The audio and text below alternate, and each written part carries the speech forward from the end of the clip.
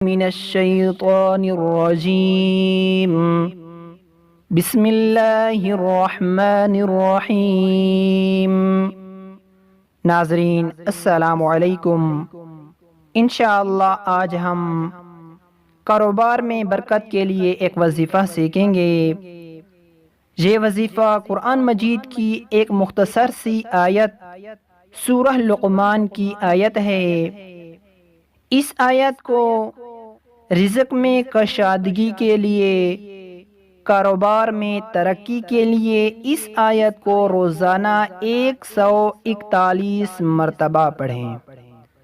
رزق میں کشادگی کے لیے یا کاروبار میں ترقی کے لیے، یا اگر نیا کاروبار شروع کر رہے ہیں تو اس کاروبار کے شروع کرنے سے پہلے اس آیت کو، یہ سورہ لقمان کی آیت ہے،